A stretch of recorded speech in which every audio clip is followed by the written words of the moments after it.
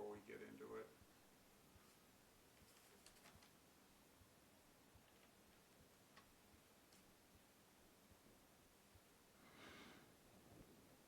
This is a Timeless Voices of Aviation interview.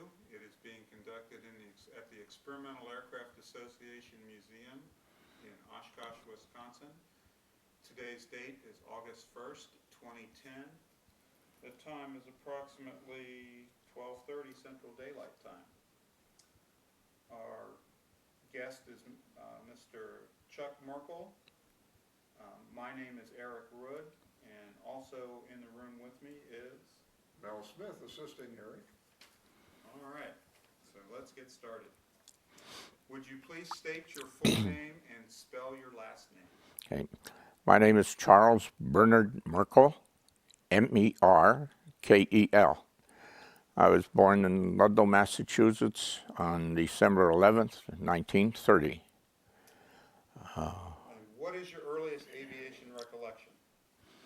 Well, I know it. My earliest recollection of aviation is watching planes fly over at the Allentown Bethlehem Airport in Pennsylvania. My first airplane ride was either in 1938 or 1939 in a tri-motor that people were given rides there, and they had an aerial demonstration of air-to-air refueling, of all things. There was a hose hanging down from this tri-motor going into a biplane down below. But that's about it on that. What kind of did you do anything aviation related in high school? I was in the Civil Air Patrol at as soon as I could join. And then while in high school, believe it or not, I worked the flight line service at Allentown Bethlehem Eastern Airport for Lehigh Aircraft Company. Pumped gas, washed airplanes, spun props, that sort of thing. And it was very interesting work, enjoyable. We had a lot of Navy V-12 training, I think it was going on there. We had a whole bunch of J-3s. And also we had some BT-13s they used for banner towing. In the Civil Air Patrol, there was a Phil Newweiler owned the brewery there. I used to sandbag with him. He had a Balanka that had a manual gear, and he always took me along to crank the gear up and down for him. But later on, he bought a Ryan Aviation, and we used to go down to Atlantic City to get some saltwater taffy once in a while. But no, I've always been interested in airplanes, built model airplanes, and I was involved with that till I went to college at Penn State, and then later went in the Air Force in 1949. Do you remember the radio announcement of Pearl Harbor being bombed? Right. I know exactly. The announcement of Pearl Harbor happened was where we were. We were in the family was in the car on South 8th Street South 6th Street in Allentown, PA, approaching Center Square. And when my dad had the radio on, and I can remember that. And he had been in the National Guard, and so he was concerned at the time whether or not he'd be called up, but he wasn't. What were your family discussions after the announcement was made? Well, it was, my dad was born in Germany, and he had a concern whether or not Germany would become involved or all that with the Axis powers and so forth. But he was a superintendent at this manufacturing plant in Allentown, and consequently got a deferment, and also got a C card, I think it was, for gas rationing at the time, a little bit more gas. Let me back up a little bit. What were your parents' names? My parents, father's name was John George Merkel. He was born in Reichenbach, Germany in 1900. Emigrated to the United States with my grandparents when they came over. And my mother's name was Marion Isabel Knapp. She was born in Sangerville, Maine. And they met when she was a school teacher in Massachusetts. After high school, what did you do? I went to Penn State for a short while, and then got fed up and joined the Air Force, much to my parents' chagrin, you might say. What were you studying at Penn State? Forestry.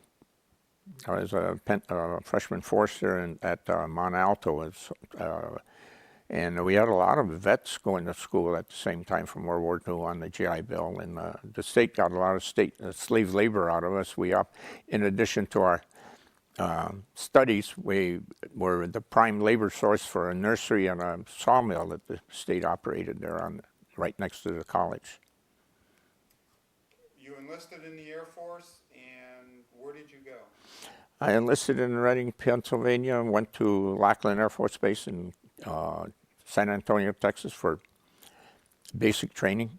And my mom was concerned about what was going to happen to me down there and who I might meet of the female sex, and she took it upon herself to write. We were Methodists, wrote a letter to the local Methodist church, and I was pulling KP. And I got called in to the orderly house, and you didn't go to the orderly room unless you were in Dutch. And oh, now what in the world did I do now? You know. And there was a phone call for me there, and it was this lady and her daughter, and she wanted to explain what my mom had done, and wondered whether or not I might meet a nice Christian girl there in Texas. You know, oh my God! So I was told to get in my Class A's and get over to the service club where these people were. But what very embarrassing for a teenager I had at that time. So you finished basic training at Lackland, and where did you go? I went to Keesler Field. I was assigned to the ground radar maintenance course there for early warning radars. And our class, we had 20 some odd in the class. It was almost a full year. And of the original 22, 25 of us that were in the class, there was only 6 of us that ended up graduating. Some got washed back, some were washed out. And the whole class was held over for become instructors. None of us wanted to stay there. We'd had enough at Keesler Field, but we ended up staying there. And then shortly after that, the Korean conflict started, and I was teaching electronic fundamentals at the time. And later transitioned into the maintenance in the fundamentals department, and later I went to specialized radar training on a CPS-6B early warning radar, and worked in maintenance there until I was selected to go overseas to Taiwan. Or Formosa in those days, so assigned to the Military Assistance Advisory Group over there. And spent 2 years, or almost 2 years there with the Republic of China Air Force at their 5th ACNW Squadron, Aircraft Control and Warning Squadron. Chuck, that early warning radar was a new technology then, wasn't it? Well, no, not really. We had it in World War II. In fact, the Westinghouse SCR-270 detected the Japanese approaching Hawaii. I mean, they were very primitive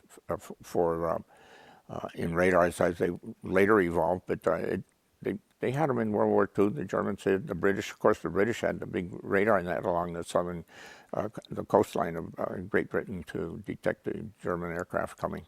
So they made a lot more effective use of it there in Asia then. Oh, well, yeah, we had, to us, none of us that were assigned to the site there had never seen this equipment before, but basically we learned how to put the radar together and get it running and detecting. The Chinese, they had an older model radar there, and when we cranked up the FPS-8, the new long-range radar that they had there, we started picking up ground clutter from the mainland, and it looked like there were 6 aircraft out there, and there were mountains, and they had never seen anything like that on their radar before, and it was a little touchy-going there for a while.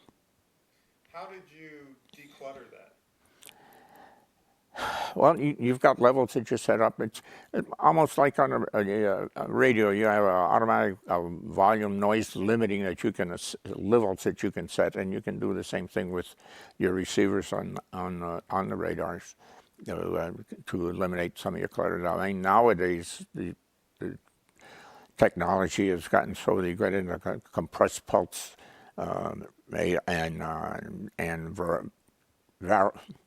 frequency, forgetting a little bit here.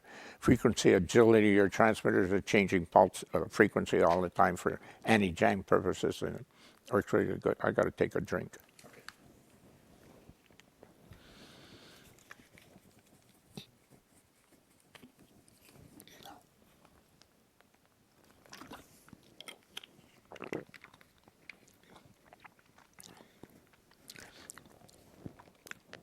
I stayed with the Chinese there almost 2 years at that radar site. And the site later became, we were on the northeastern coast of Taiwan, and we used to say we were closer to the States than anybody else on the island. And they turned it into a training site later on. We didn't have too much traffic there. And they would have training there, Chinese aircraft controllers. And we'd always have a PBY Dumbo flying out there over the ocean, in case there was an accident or something. And these poor guys are just lazy eights and orbiting for like 8 to 10 hours a day out there. It seemed like very boring. Buzz the fishing ships, they would every now and then. But we were at the site was the location of a Japanese Type 4 radar that they had there during World War II. Now we lived in Japanese, the barracks that the Japanese had built there, and it was not the nicest of conditions, but we survived. What was it like? Was that your first time into a foreign country? Yes, it was. It was my first time when I went to Taiwan or Formosa was the very first time that I had been over to a foreign country anywhere. I did get while we were there, I went on R&R to Hong Kong one time, and that was the first time there too, and it was really interesting.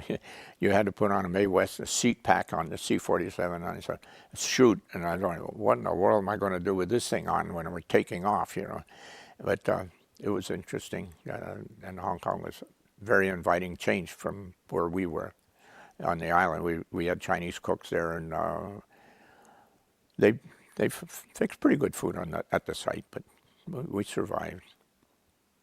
How did you get from the United States to Taiwan? Oh, let's see. When our getting to Taiwan was very interesting. I had to went to Camp Parks out in California for processing, where you got all your shots, and then we went to Travis Air Force Base and had a contract with a company called United States Overseas Airlines. They had C-54s or converted C-54s for transporting us. I think. I added it up one time. We were in the air something like 54 hours before we got there, or close to it, 54 hours. Landing in Hika in Hawaii. I know we stopped at Wake Island to get a bite to eat and refuel, and they took us to the contractors. I had a bamboo dining hall made from bamboo down on the one end of the end of the runway, and then we stopped in Guam.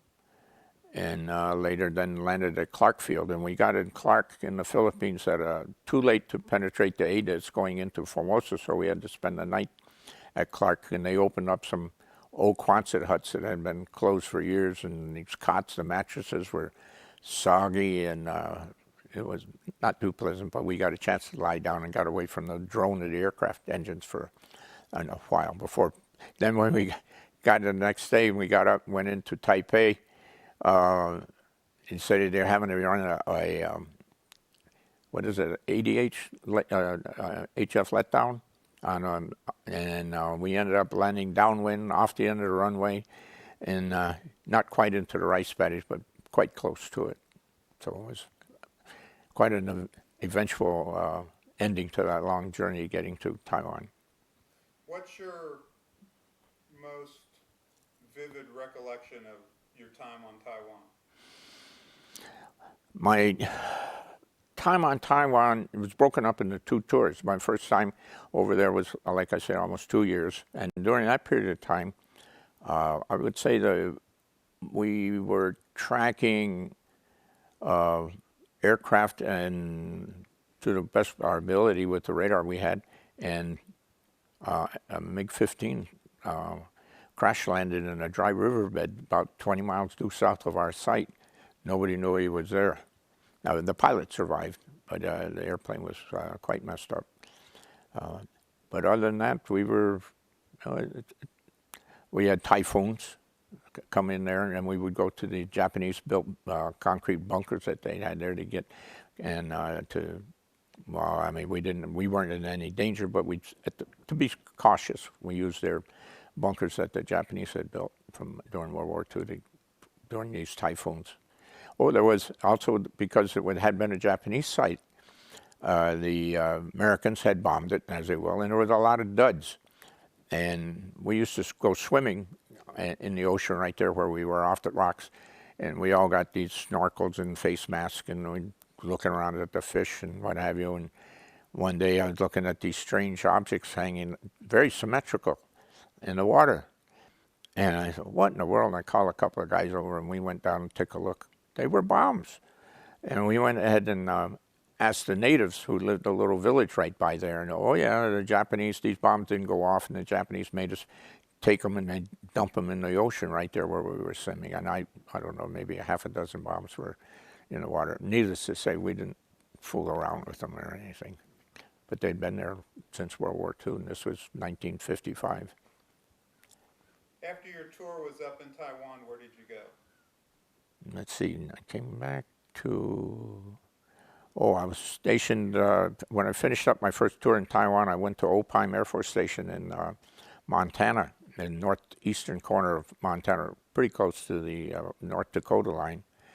And I was assigned to the radar maintenance squadron there, and we had a FPS-3 and a FPS-4 for a FPS-3 long-range search radar, and we had a FPS-4 height finder, which the 4 was a bear to keep running, but it was flat, cold, and windy. And in fact, I understand that since everything closed down, the farmer got the ground back and just never knew that there was a radar site there anymore. It's all plowed fields. Now, how big a site? How many people were assigned to that site? At the site, our population on the site was in the neighborhood of 200 people. We had our own mess facility, and you had the O Club, and you had the NCO Club there, and got along quite well together, very close-knit. It was a small town of Fortuna. It was very small. I would call it, I wouldn't call it a town. A village was a stretch. To get gas, they had 55-gallon drums, which you had to hand pump out yourself. We didn't have any civilian gas available on the site for sale to the locals. And so we were there for I wasn't there very long because I had been selected to go to OCS. And unfortunately, I was in an automobile accident, and I ended up in the hospital, and that ended my OCS career.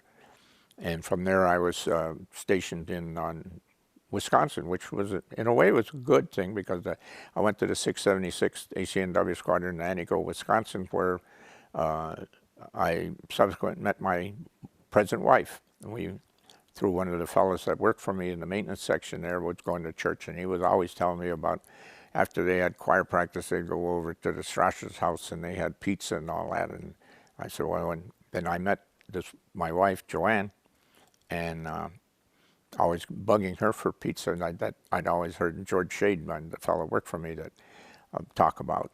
And then I got to the anger of the whole family because I ended up sending George to Texas Towers. He was assigned to that, and I said, they came down for the radar mechanic with a certain specialty code, and he was the longest one on station. This wasn't nothing I had to do about it. He was the one to go. But we got married, and then, curiously speaking, we had a wedding planned for the fall of 1957 in October, and the 1st of August, I got orders to go back to Taiwan to the MAG, and we were going, and in July, because we ended up getting married on the 15th of August. Had to move up our wedding date from October. And I actually had orders published for authorizing concurrent travel for my wife and I that were actually dated before we were married. And then we had a bad break because the Chinese communists started shelling Matsu and Quamoy. And we were on our honeymoon, actually, when the state police were looking for us. And when we got to my folks' place in Massachusetts, we had a telegram waiting there from us telling to settle my dependents, don't ship your household goods, blah, blah, blah. And so I ended up going alone in the first part of September, or shortly after the first part of September. And then things quieted down, and she joined me in February of the following year, in 1958. How did she like Taiwan? Very much.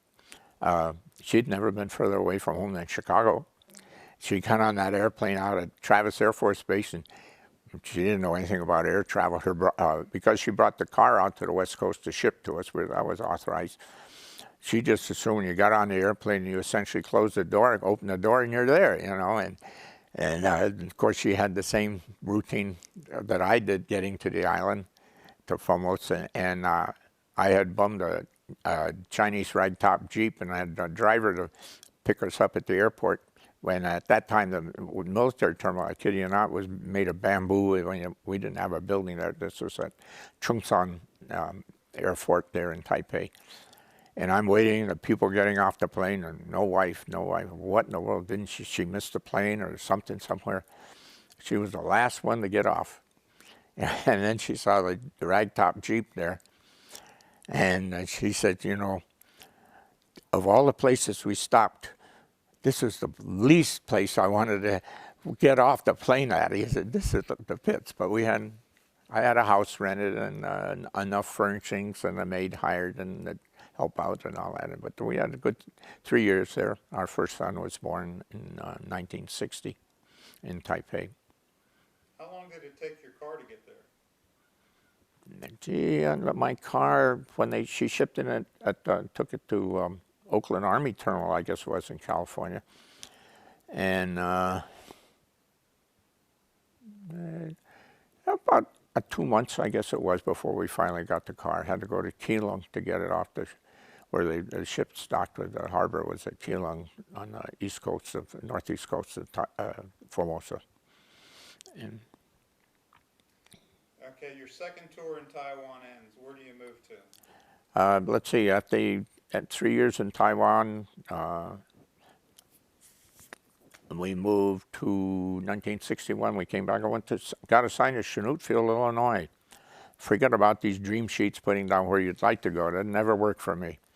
And I ended up at Chanutfield in something called a GEA squadron. And I said, what in the world is this? It's a Ground Electronics Engineering Installation Agency.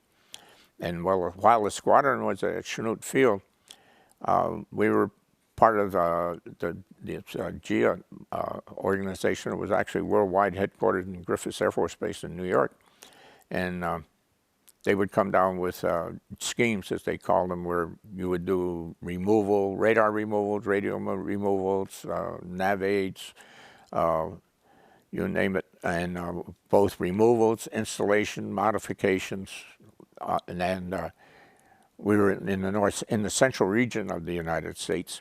And as things would happen, it seemed like when it's the summertime, we would get jobs in the south. In the middle of winter, we were going to North Dakota and Upper Michigan and places like that. It made it and the Army or the Air Force being what it is, you had vehicles, but where we were stationed in Chinook Field was in such a zone that we didn't have to have winterized for 20 and 40 below zero. Can't have it. The motor pool won't do that. So what we'd always have to do, we used a good aviation form 15. Tell the guys you get up in the southern Wisconsin or over in lower Minnesota, stop in a gas station and have them drain the radiator and get things set up for cold weather. And that's how we got around up there. But we were there for 2 years. And in 1963, we headed for another MAG assignment in Iran. I was sent to the what was called the Amish MAG Army Mission. Is what it stood for, and originally it was a Army mission only in Iran, and I was assigned to the MAG unit there for in Tehran. For 2 years we were there, and then I was and we traveled along, or we didn't travel a whole lot, but there was a lot of interesting things nearby, and we were in there for 2 years. I came back to the States in 1963 to attend what was called the 9-level school for ground radar at Keesler again, which was a year program. And the Air Force had come up with a program where if you were in ground radar business, you were a 9-level, meant that you were across the board, not only aircraft control and warning, you were also GCA and ATC ATC radar proficient, supposedly. And so when we got through school, one of the graduating requirements was you had to take the 7-level exam for those skills that you were supposed to have picked up. I skinned by on the, but I made it. And so in 1965, I thought finally I would, now I graduated, I put in my dream sheet, I'm going to go where I want to go. And I went over and I had first choice. I was, fortunately, I was the honor grad in our class, so I could go, I was going to get my pick of the assignments. So I go to the assignment section. I said, what do you got? I said, what's your name? And I told Merkel, oh, right here. You're going to Griffiths Air Force Base in New York. And I said, what do you mean? I'm an honor grad. I got my choice. And you tell me I'm this right? You're going there. How would I blow? Well, come to find out, when we were in Iran, we were working on Project Spellout, which was a new radar system. They were going to put in American radars where they'd had a lot of British, well, not a lot, but they had 3 British radars before. But we were putting, doing a lot of planning to put in U.S. radars and a comm system, and a microwave, a tropo system for communications and microwave links and all that. And we were doing a lot of work with GIA. And my good boss, Major Barlow, when I left and he contacted the general that was in charge of GIA, and he said, you got a good man here, and he's going to go to 9-level school, and when he finishes, you ought to get him. Well, that's what I found out when I got in Griffiths, that the general had said, I want him, and that's how I ended up another one, shot assignment choice. So I spent 2 years as a program manager there in headquarters GIA, had quite a few Southeast Asian programs, and the days of, what was our good Secretary of Defense rode Ford Motor, McNamara, cost conscious. Boy, we had a timesheet right on our desk, and we had to keep C-cost reports, everything. You had to keep dollars down, and it was a bear. But we managed, and every morning we had to have a report on what was going on where. And I had a team over one. Like I said, we had 17 Air Guard squadrons, and I forget how many other active duty squadrons throughout the world. Essentially at our beck and call to do jobs, whatever it was that we had coming up. And I had some guys that doing some work at Benoit, I guess the air base was. And I got a call, and it was my team chief. And he said, they wanted to take my backhoe to dig trenches. And I said, well, you dummy, let them take the thing. I mean, what are you calling me all the way from down there to get my permission to go ahead and dig use their backhoe to dig some trenches? And in fact, we had a squadron right in Cameron Bay. 485th was at Cameron Bay. Let's go back to Tehran. Tell me more about your time there. You mentioned there were some interesting things to see, and what kind of things did you do? In Taiwan, Iran. In Tehran, excuse me, when we were working on Project Spellout, we had our support aircraft was a C-54. And to go to this air base, and at that time, the Iranian Air Force had 2 squadrons of F-86s, 1 squadron of T-33s, and a handful of C-47s, and 3 C-130As, 2 or 3, only a few. And but I used to fly down. That's my real first experience with any type of a GCA set. I think it was Gil Fillon built this tactical radar. GCA. It was a combination surveillance and approach radar, and it was sitting in the desert down in Desville, an air base in southern Iran. And I went down there, and they told me to go on down there and get the thing running. I had never even heard of it, let alone seen the darn thing before we got it. And it had been sitting out in the desert. I mean, it was very, very hot down there. Like they told me that there's something that goes around the Earth called the temperature equator, which are highs of not necessarily the geographical equator, but this is premised on the high points in temperature. And this airbase was right in the middle of it. And transformers in their radar had been sitting out in the sun, and they had oil in it, and it expanded such that it just pushed the terminals right out of the cans. It was unbelievable. We did get a tech rep from the company finally. It came down, and we got the radar up and running, and they had sent some people to the States for controller training, run GCA controllers, and they were pretty good. In fact, I was running with our C-54, we were running some simulated approaches, and these guys were controlling them. And the one pilot I definitely remember, we had a young troop at the scope at the time, and they ran a simulated radio out or compass out on different, I don't remember all the different things. And this guy could really track them good, and the pilot said, he said, you know, that kid there on that radio is good. He said, sounds like he could set off a charge of dynamite under the seat and he wouldn't flinch. He said, a really good man. But one of the things that was interesting when I would go to Desville, everybody wants to practice English. And one of the few places that they had air conditioning was the NCO club. And they played, the weekend is Thursday afternoon and Friday, Friday being the Muslim holy day. So on Thursday night, they always played bingo. And you go over there and they'd have pistachio nuts and beer, abijo, the Persian word. And then they wanted everybody, well, that's where I also became very interested in, I didn't know it, I was in the armament shop too for some strange reason. I didn't know anything about 50 caliber machine guns, but I was over in there for helping them out, quote unquote. And these guys, the kids working in the shops and everything, they, oh, come on, sit over here on our table. We practice our English, you know, and talk to you and feed you all the beer and pistachio nuts you wanted while you're sitting there. And the temperature, they would, like I say, it was air conditioned. And you'd come in from outside of 110, 115, 120 degrees, and that temperature would be sitting on 70 or 75 in there. It'd just about knock you down when you went in. But it was very cooperative. And we were at that time also in Iran, we were working on Project Peace Ruby, the planning for an ACNW system in Iran that went down the western border and across the top couple sites. And again, tying that radars in with troposphere scatter, microwave links, also a lot of new air-ground stations at the air bases we were putting in. What did you do for, what did you travel to see when you had leave over there? When we were in Iran, over the Caspian Sea, which was over the Alborz Mountains from Tehran. We were based in Tehran.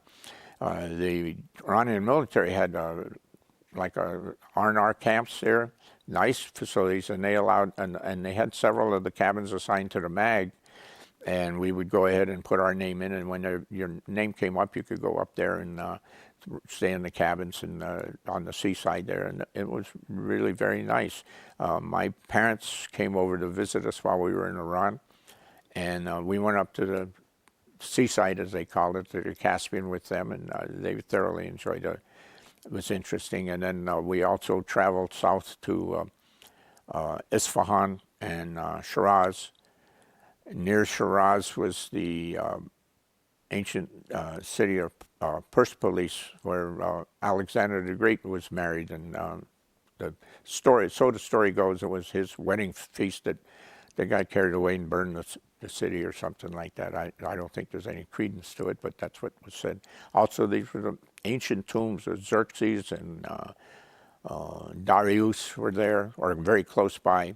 Very historical monument. Yeah. Oh, and speaking of historical, when we were in Ankara, you could drive an hour to the west from Ankara, and here was Midas's tomb, the Golden Touch. Here's the line, the ancient Persian road that went from the Aegean Sea to India, passed right by the tomb of Midas. And it was also the location of where Kemal Ataturk, the hero of Turkish lore, stopped the Greeks when they attempted to invade or take over Turkey in early 20s. So there was a lot of history in that part of the world. In Turkey, we would go to the seaside, to the Mediterranean, and I used to say that you could be on any hill, and if with a pair of binoculars, you would see ruins along the coast from the ancient Greeks and all. It's very interesting. You couldn't help but become interested in history with what was there in Turkey and also in Iran, more so Turkey. I forgot where you said after Tehran, where you went. Well, in Tehran, let's see, we were in Iran till let's see, I went to 9-level school. GEA 63, 65, 68 to 70 we were in Turkey. 70 we came back, went to Fortuna Air Force Station, North Dakota, the 780th Air Defense Group, where we were a Buick 2 site. We were backup intercept control. And once, if the primary site went down for Buick 1, we took over. We had, I think there was 17 radar stations that could possibly, just a Canadian and American, could be feeding the data to our site. We had a FPS 35 frequency diversity radar, big Hummer. The antenna was about 103 feet, point to point, tip to tip, and top to bottom about 40 feet. And 6 100 horse motors, electric motors to drive the thing. And another very, very cold winter there, and the winds blow. The kids would go to school there, and the first day of school, they were told to bring a pillow, a blanket, and a box of cereal in case they couldn't get home from school. They would spend the night in the school, and that never happened to us, but that was just the way they were there, and just in case. My wife, we became Lutherans there. There was only a Lutheran Catholic church in the area, so we became Lutherans, and she played organ in the local Lutheran church. And Ash Wednesday service, she was played for that. And we had a really nasty whiteouts type of storm. And she called and she says, I can't come home. I can't see. I started to drive home. The next thing I knew, I was on the railroad tracks. You come and do something. And I said, okay, well, I'll go over to the motor pool and get a truck and hold me, because it was down low.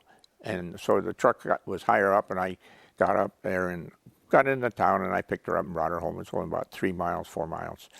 And we had a weekly newspaper that came out in Fortuna. And so I was reading the paper, and they said, well, down at the First Lutheran, the Ash Wednesday service, many of the parishioners stayed at the church because of the whiteout. But the organist, she managed to get to the Rome Inn, which was the local tavern. And they found her there, and she said, what? Let me see that newspaper. And of course, I was just poking snow. But that's been a family joke for years, but she got caught in a Rome Inn over there, R-O-A-M, Rome Inn, you know. So after we were there in 72, and again, I went back to Iran. What was the political climate like then? At that time, the Shah was, well, the first time, it was very tough. They didn't have a lot of money when I was there in 63, 65, and the budget was tough. The Canadians had funded a whole bunch of F-86s for them, but the money was very tight. But then when we went back in 72, the oil revenues were coming in. The government was getting more of the money, and the money, in fact, we had F-5s. The first time we started getting F-5s over there. TACAN-only aircraft. We had a second mob from Châteauroux, France at that time, came in on a 124 and bought in a mobile TACAN, so they had something to set up the airbase in Tehran so that the F-5s could come in. And in fact, I still have a paperweight. The Northrop rep came around and gave us a big plastic globe with 3 F-5s in it, and he said, this is not a gratuity, and walked away and left it on the desk. And we had that TACAN set up there for them to come in to get the F-5s on the ground. And then in the second time, of course, by then, there was the big battle between the F-14 and the F-15, which one was it that the Iranians were going to buy. And I used to kid wasn't Hughes. Hughes built the radar, but I can't remember who made what was the missile, I forget it, that the Phoenix missile that the F-14 have. And I used to kid the tech rep for the Phoenix and all that, or that worked for that company, I can't remember the company. I said, this is the first time the missile ever sold an airplane, because I guess they were, to my way of seeing things, they had a lot more influence than what Grumman did, but they ended up buying the F-14s. But they had a ton of F-4s at that time around there too. One of the guys, major in our ops op there, came out of Air Defense Command where he'd been flying 106s, and he said, that's a big airplane, that F-4. And he said, but the damn thing won't pass a gas station. I can remember that. He said, boy, she burns the fuel. Then when we hear at Oshkosh, when you hear that F4 going off with AB, boy, and there goes a lot of gas and price out that tailpipe, you know. But and then we flew along. We used had a lot of F-27s over there. We flew around on base support C-130s. I took the kids, our two boys, and we had the first time in Iran. Our second child was born, so I had Iranian and we had a Chinese for our sons. And we went to Shiraz and went to Persepolis, flew down on a C-130, and it was very good. We had a lot of good support from the Iranians on their either F-27 or C-130s. I was involved a lot with doing a lot of site surveys. That's where I got most of my flying down there. We Hueys, we had jet rangers that they flew, and different sites and all that. And then we were going down to put in doing a site survey for putting a radar site close to the Iraqi border. And we'd done a map study, and there was this one mountain, Kuy-Gano, where we thought would be a good location for a radar. And so I said, well, we got to go down there and take a look at it on the ground, get up there. The one site was to get up there early in the morning before the heat haze came up, so we could run a skyline and see what was there with a sextant. And so we went to the site, and we got there about 2 o'clock in the morning, and we were hiking up to get to the top of the ridge. We got as far as we could, and then we got up, and going up there, there's a gully we were walking up. And I heard some guys up ahead holler, and boy, there was a rumbling sound. And holy cow, he was a wild boar. That thing must have been 200-300 pounds, and he was charging down that gully. And needless to say, we sure scrambled up on the side of there to get out of the way. And so we got up on top, and they built a fire, and we got our skylines.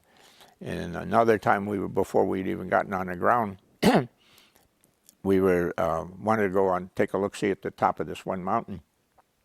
And this is north of Bushehr, which is on the Persian Gulf. And the Navy from Karg Island had a Hueys nearby, and the Air Force didn't have any Hueys or H-1s around there. So the Navy came over, and we piled in this Huey and went up there, and the pilot wouldn't fly all the way up to the top of the mountain. He said, no. He said, you want to go to the top of this mountain? He said, you get the Air Force. He said, I'll fly over the sea. And we landed at a village nearby, close to their foot, and talked to the villagers about it a little bit. But it didn't suit our purpose. And so I said, okay, well, I guess we'll go home. And I'm sitting behind the co-pilot, really. And we're going back there, and I see this light blinking on a console up there, and he pushed it, and the light would go off. And I said, what's going on? A little low on fuel. Oh. And we're chugging along, headed for the Persian Gulf. And light keep coming on. And finally, he tried to reset it. It wouldn't go out anymore.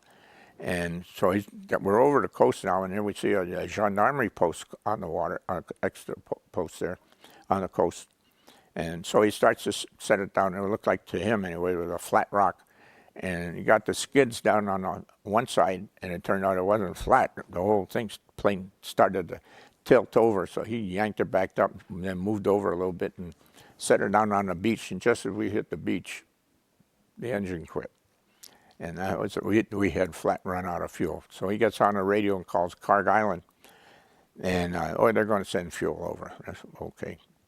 We wait. Nothing happened. And finally, we hear this hovercraft coming up the coast. And at that time, the Iranians had the second largest hovercraft fleet next to the British in the world. And the hovercraft come roaring in, and there was an American advisor with him. And he knew the lieutenant that was the pilot of our aircraft. He chewed him out one side down the other.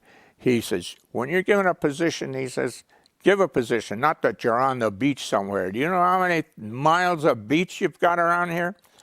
So we pumped gas out of the drum that they had brought along, put it in their filter. Over there, you always had to use a chamois and a funnel to make sure you got your fuel was clean, and even all the time, every place we went, we would pre-position a truck with fuel, and then we'd have to hand pump it through a chamois and to filter in a funnel to get it into the aircraft. And so we went back to the air base at Bushehr, where we had started from, and the Navy says goodbye. We're not going to do it. So a couple of days later, we got the air base there, they had these HH-53, I guess, at the Husky, used for fire rescue on air base. And they said, well, they're going to take us to the top of the mountain.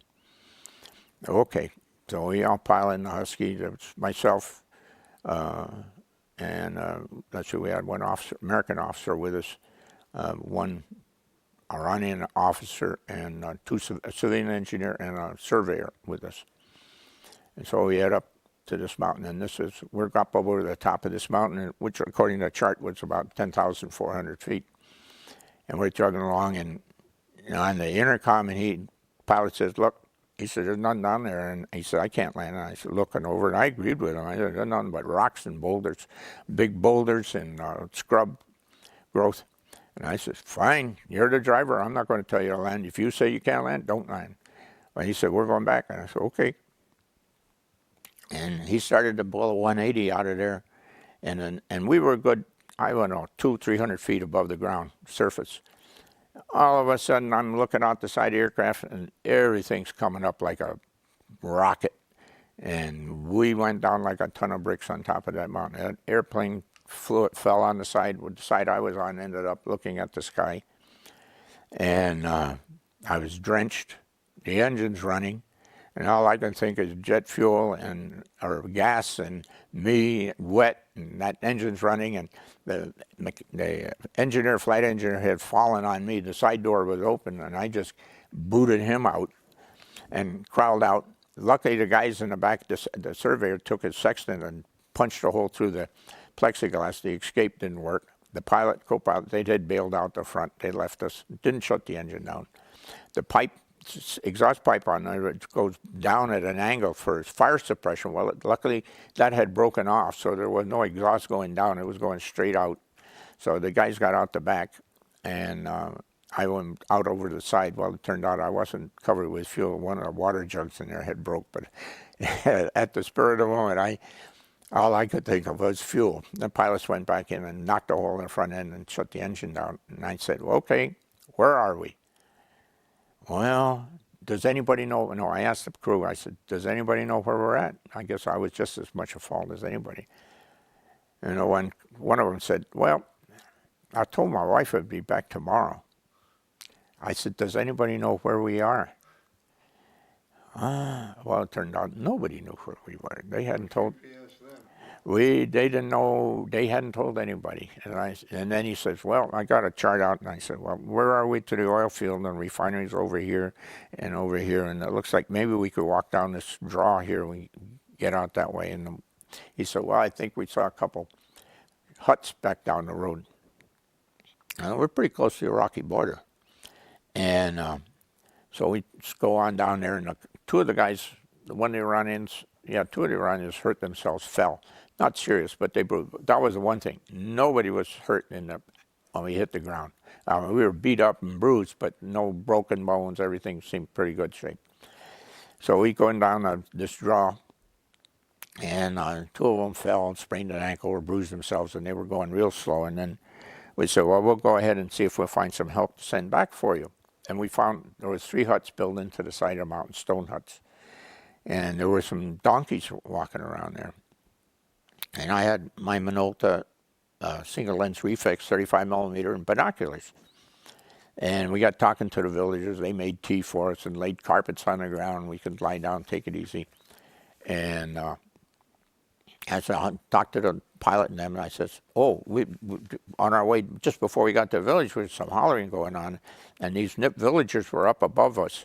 And according to the crew, they said they thought we were Iraqis, and they didn't want, these guys had these ugly-looking rifles and everything, but they convinced them we were friendly, and we went to the village. So I said, how about the donkeys? I'm going to send the donkeys back. Well, Mohammed's not around. He owns the donkeys. We can't do that. And then the pilot says to me, he says, they want your camera. And I said, would they like your camera? And I said, they can't use this thing up here. Oh, no, apparently the Persian word was the same as camera as it was binoculars. They were interested in the binoculars. Oh, well, maybe we could operate a trade here. If we give the village, not to one person, give the village the binoculars, maybe they could find the donkeys, the Mohammed to get the donkeys to go back. Well, that worked. So they got some more. They got the binoculars, and we got some donkeys to go back and pick up our other two guys and brought them in, and we were safe because nobody got killed. We were going to have a little ceremony, sacrifice, and these little lambs were running around and all. And the next thing you know, they built a tripod, butchered this lamb, skinned it, cut the meat up, put it on some sticks, and then they handed it to each one of us to cook over the open fire for some food while we were there. And okay, so they had sent somebody off to the gendarmeries, and we come off.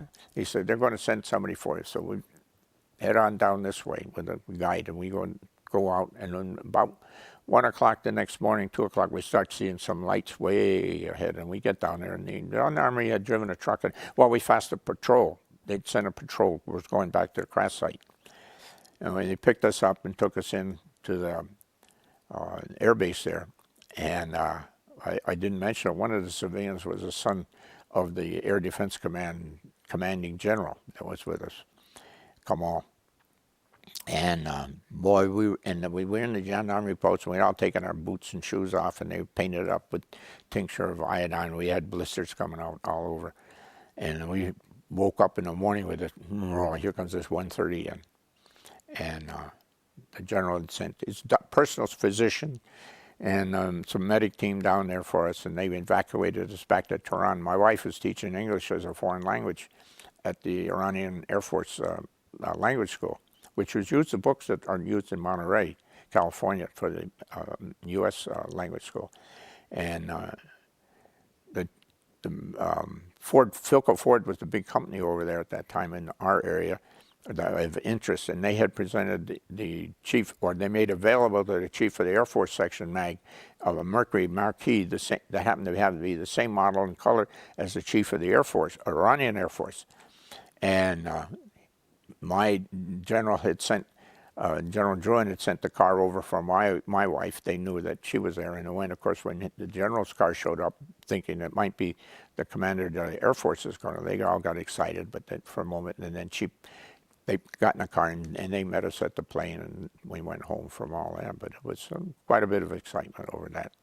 But what I was told later by a knowledgeable helicopter pilot, when he tried to perform that 180 on top of the mountain, I noticed that our lateral speed was only about 20 knots.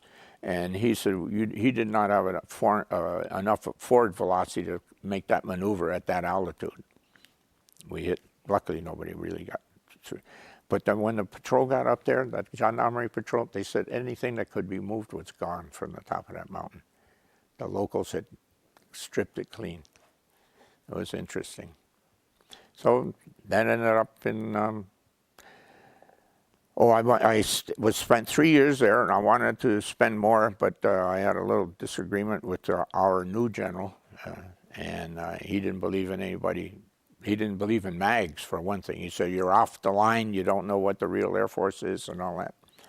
So I said, well, I guess I'll put my papers in. I had enough time. I was a Chief Master Sergeant, and over 26 years in at that time. And I've been working with, like I said, I've been hand in glove working with Iranian Air Force people all along. And this one commanding general of the Common Electronics Department there, directorates, came to me and he said, what do you think about going to work for us? I said, I really hadn't. And he said, well, got a resume. And so I filled out a resume and gave it to him. Now, of course, I had a few questions about whether or not I could go work directly for the Iranians. But there was formed a ABC services company that got a contract with the Iranian Air Force for my services. So we worked there for 2 years with them as a civilian, and that was a very interesting period of time. We were pretty much hanging out there in the air by yourself when you're like that, and so I worked there for 2 years until 75, 77, and we tried to negotiate another contract, and the thing is that, I said, well, this is what I would want, and I helped you people negotiate a contract with System Development Corporation for a similar contract 2 years ago. And I said, that's what you paid then? How about paying me next year for this. No, well, they wouldn't stand for that. So I went home, and well, before I shouldn't say I went home right away. Westinghouse offered me a position, but they're sold through the foreign military sales. It sold these Tipsy 43 tactical radars, and they offered me a position, and we went. That's how I ended up in Baltimore, working for Westinghouse from 1977 till I retired there in '91. Okay. We have approximately 5 minutes left. Is there any question we didn't ask or anything else you'd like to discuss? Got a little crib notes here. Good. No, I guess not. No, when I was with Westinghouse, of course we supported the Air Force. A lot of National Guard troops and active duty used the Westinghouse radars. I worked quite closely with a lot of DHL. We were shipping a lot of stuff over to the Far East, and also I used Lufthansa a lot. They were very good in putting getting our equipment in there. Oh, I forgot we were going to do an FMS case in the Sudan. That was interesting. I had 2 trips into Khartoum. And the one day we went over to the GHQ or something for a briefing one day, and it was a big compound. And we drive through the door, the gate of the compound, and here's a T-54 Russian tank buried hull down in the ground, and you got that big cannon sticking right straight at you. I mean, makes your heart pump a little bit, you know. And, well, to make a long story short, the money that the Saudis were coming up with the money, and then it disappeared in the Sudan. Visited a Russian SA-2 site that they had provided the Sudanese up on the Red Sea. That was very interesting to see the equipment and the workshops. They even had a forge in their workshop that the Russians had provided. I was unbelievable. The tools that they had there and the way they had the storage area made out. It was really very, very interesting what they had there in this SA-2 site. And all that get reported back to the Air Force? Of course. We were a DOD team, quote unquote. You know. And then I went over there one time by myself, which was interesting, and but got along pretty good with the people over there. Very interesting going there. Okay. At this time, I will conclude the interview, and I'd like to thank you for being so gracious and granting us this time, and also thank you very much for your service to our country. Yes. And Mel has one final pronouncement. You're the newest member of the Timeless Voices of Aviation. Oh, thank you. Thank you.